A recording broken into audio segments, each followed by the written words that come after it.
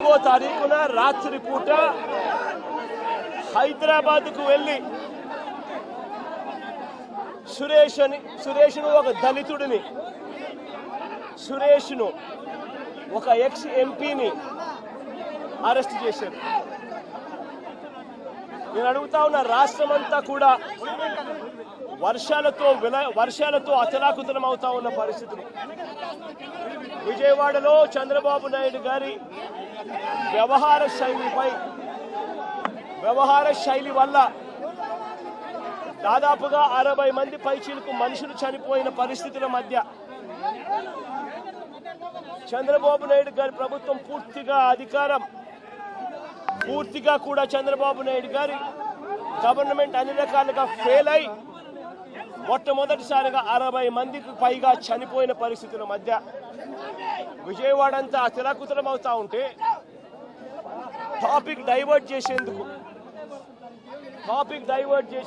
ఒక దళిత ఎంపీని 4వ తారీఖు రాత్రిని అరెస్ట్ చేస్తారు. విజయవాడ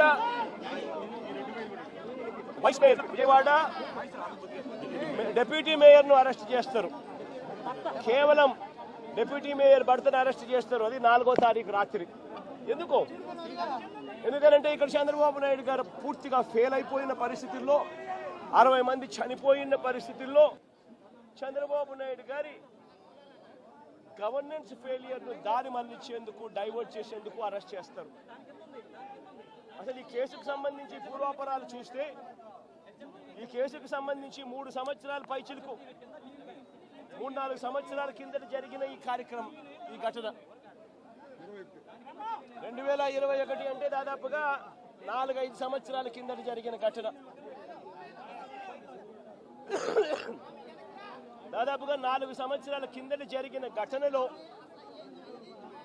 ఈరోజు టాపిక్ డైవర్ట్ చేసేందుకు 4వ తారీఖు రాత్రిన సురేష్ను దళిత ఎంపీని విజయవాడ డిప్యూటీ మేయర్ భర్తను అరెస్ట్ చేస్తారు.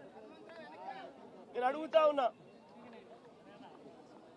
సూటిగా నేను ఒక ప్రశ్న అడుగుతా ఉన్నా. ఆ రోజు ఏం జరిగింది?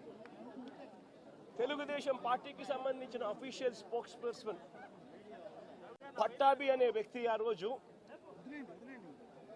సిట్టింగ్ ముఖ్యమంత్రిగా ఉన్న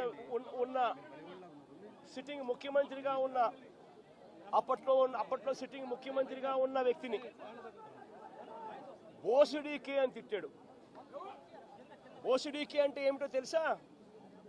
తెలుగుదేశం పార్టీ కార్యాలయంలో తెలుగుదేశం పార్టీ అధికార ప్రతినిధి ముఖ్యమంత్రిని ఆ రోజు అన్న మాట లంజా కొడక అని.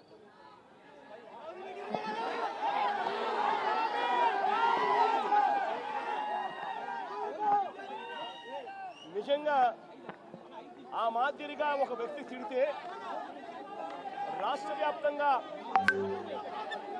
ఆ ముఖ్యమంత్రిని ప్రేమించే వాళ్ళు వైఎస్ఆర్